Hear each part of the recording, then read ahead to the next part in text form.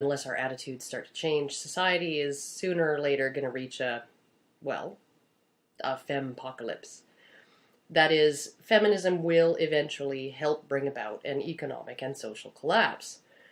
A lot of people are really unable to wrap their heads around that idea because we've all been told ad nauseum that feminism is a cause of prosperity, when in reality it's largely, maybe entirely, a consequence of prosperity. I mean, let's consider patriarchy, or to put it another way, the social contract of marriage and fatherhood. This system benefited all parties in a world of largely manual labor, much of it since the agricultural age, simply beyond the physical capabilities of women. Remember that we're also a species whose offspring have one of the longest periods of complete helplessness and immobility of any on Earth, and whose maternal parent lactates to provide nourishment to those offspring for up to 4 years. Because men weren't burdened with the gestation, lactation, and care of children, as individuals, they can subsist and survive while expending only a very small percentage of their capacity to perform labor.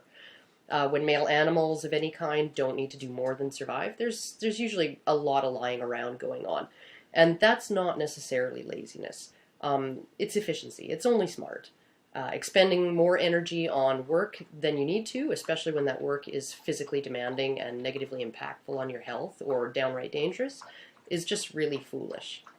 Because women were burdened with the gestation, lactation, and care of children, and because those children have a prolonged period of helplessness, and because up until just a little while ago, women had no real control over their fertility, women have never really been able to, if they wanted kids, to work at their full capacity for a large portion of their lives. And I'd suggest even that during the periods of extreme vulnerability, shortly before and after birth, they were probably, throughout most of history, unable to reliably and consistently perform the necessary work to even keep themselves alive, let alone their very helpless offspring. The mutual dilemma between men and women was that those individual men, who only had to expend a small amount of their energy to subsist, probably wanted to pass on their genes just as much as the next guy.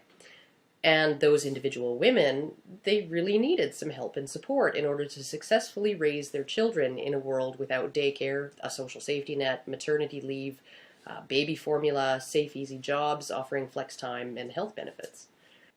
So a man couldn't have children without the cooperation of a woman, and a woman couldn't raise her children effectively and safely without the cooperation of somebody. Now, I'm going to borrow a bit from another blogger named Rob of the blog No Ma'am, and read a portion of his description of patriarchy and lifelong monogamous marriage, because he really explained it very effectively. When one stands back and observes the whole lot, we see that both males and females have a surplus and a shortage. Males have a surplus of labor, but a shortage of reproductive ability. Females have a surplus of reproductive ability, but a shortage of labor. Now perhaps you can see why marriage is an economic contract. The male sells his surplus labor to the female in exchange for her reproductive ability. The female sells her reproductive ability to the male in exchange for his surplus labor. In order to sell something, you first must own it yourself, and upon selling it, you are agreeing to transfer ownership of it to the buyer. This is the basis of economics, and as you can see, it is based on property rights. In the economic contract of marriage, the female agrees to transfer the ownership of her sexual reproductive ability to the male, and she takes ownership of his surplus labor as payment for it. So yes, while feminists harp on and on that women were once owned as chattel, there is truth to this, because in a very real sense, the woman's sexuality became the property of the husband. He very much was considered to own her sexuality and the products of her sexuality, children. The children of a marriage became his property because he paid for them. Note that while children of a marriage are supposed to belong to the husband, children born out of wedlock are the property of the woman. A woman who is not married owns her own sexuality, and the products, children of that sexuality, are also her property. This is also why, in the past, women were so much more harshly condemned for adultery than men. The wife's sexuality was no longer hers to give away. This is why in the past, when a woman was raped, it was considered an act of theft against the husband. Someone stole the sexuality, which was his property. This is why in the past it was considered impossible for a husband to be found guilty of spousal rape. How can you possibly steal your own property? So feminists are somewhat truthful when they claim that women were owned as chattel.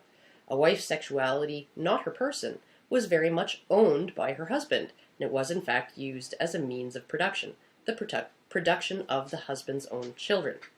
But as always, feminists are only capable of speaking in half-truths.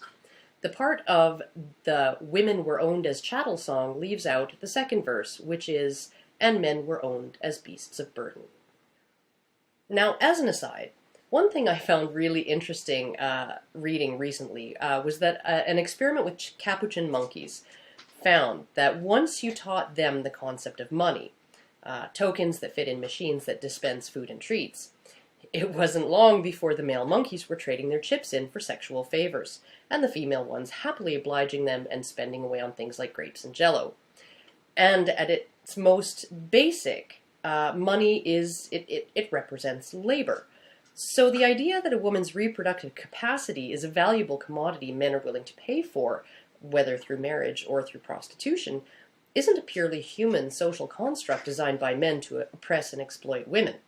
If it is exploitation, both sides are culpable.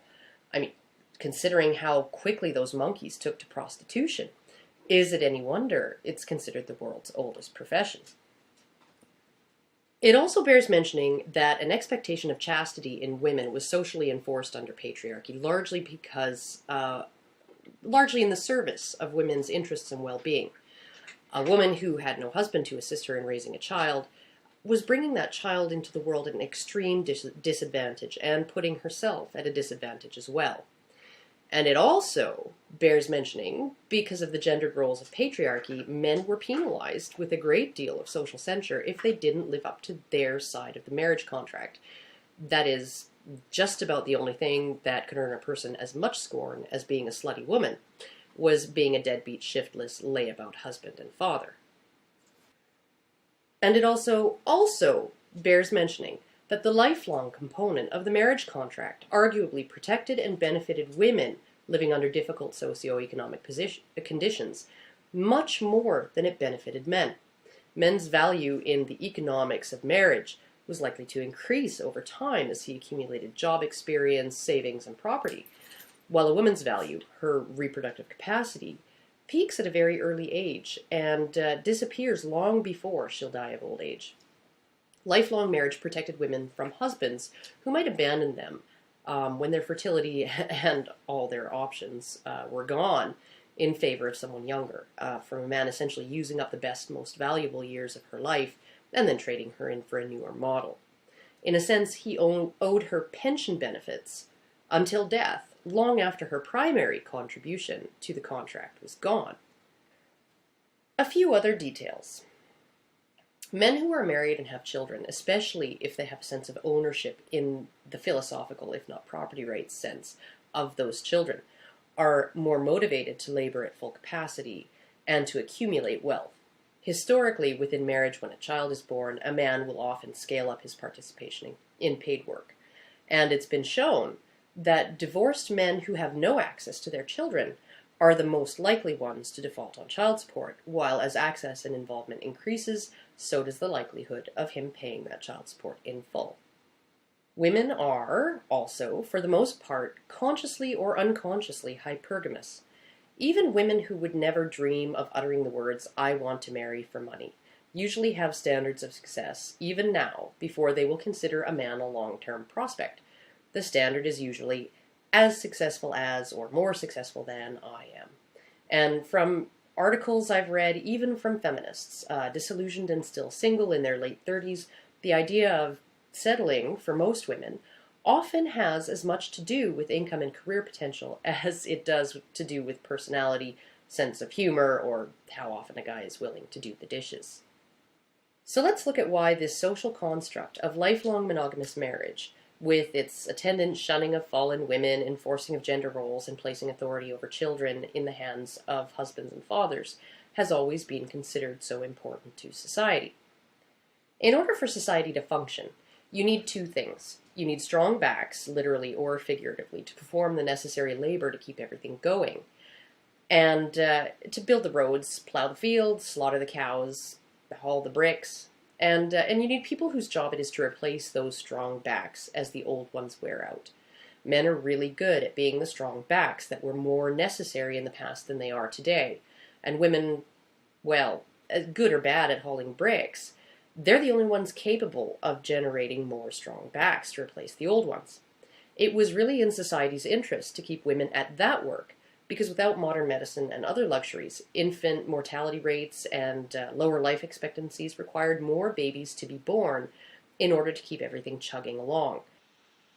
And I think it's important to note that the vast majority of both men and women throughout history they had zero access to any kind of education that might help them be able to perform work that didn't require lifting, lugging, and frequently dying.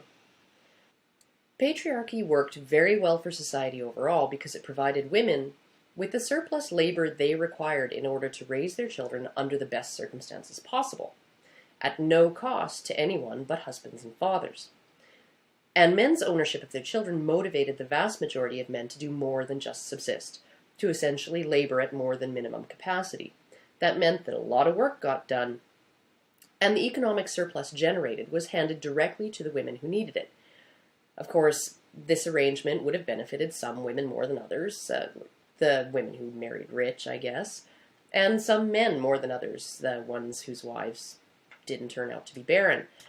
And it could easily benefit one party in a particular marriage more than another. But for the most part, in its function as the smallest building block of society, it worked like whoa and like damn. In fact, it's recently been suggested by anthropologists that the Neanderthals died out because they employed an egalitarian division of labor in a world that didn't lend itself to maintaining and growing populations through equal distribution of labor and equal distribution of risk to life and limb. Once the hapless, egalitarian Neanderthals met up with modern humans who had a more gendered division of labor based on prioritizing women's safety, it was pretty much all over for them. And this is generally what's happened to all societies based on arrangements other than some form of patriarchy.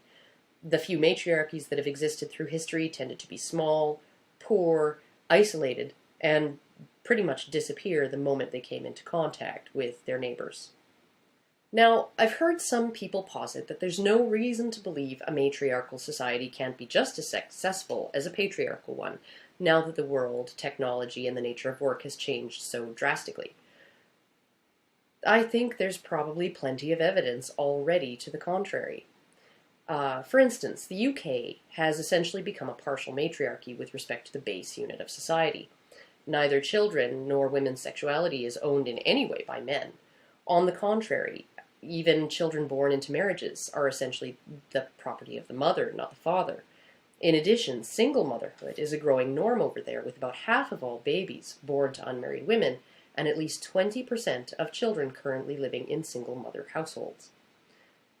However, even now that we have safe, easy indoor jobs that pay decently, women still seem to require the surplus labor that used to be provided by husbands and fathers, in the form of maternity benefits, if nothing else. They get that surplus labor now from the state. Men contribute a disproportionate amount of tax revenue to government coffers, and women pull a disproportionate share of the benefits. Women also get that surplus labor in the form of forcible extractions through alimony and child support from divorced fathers, or child support from single men who often didn't even consent to become fathers. The UK government has also been rather lackadaisical about the idea of fathers having access to their children. And as I mentioned above, when fathers don't have access to their children, they're generally less productive and pay less child support. Fathers who never wanted children are probably in the same boat as those who were banished from the lives of children they did want, especially since they're penalized for their productivity. The more they earn, the more is taken in child support. So not only are they not motivated to be more productive through a sense of ownership of their children, they're incentivized to be even less productive than they might have been, because any surplus they generate is going to be seized anyway. And because this surplus of labor is not willingly handed directly from men to women, that is, because it has to be extracted in one way or another from men, that means a growing bureaucratic machine taking it from men and handing it to women, eating a share of it as it performs that service. I keep hearing the term nanny state used by political pundits, but really, in effect, we have a daddy state. Men pay into the system in taxes and direct payments, and women withdraw from it in the form of alimony, child support, tax benefits, subsidized health care, daycare and housing, government-sponsored after-school programs, income top-ups, welfare, and food stamps. Not every woman with children is a drain on the system, but women as a group very much are. Not every man pays more into the system than he takes out, but men as a group very much do. And this is why the system works. For now.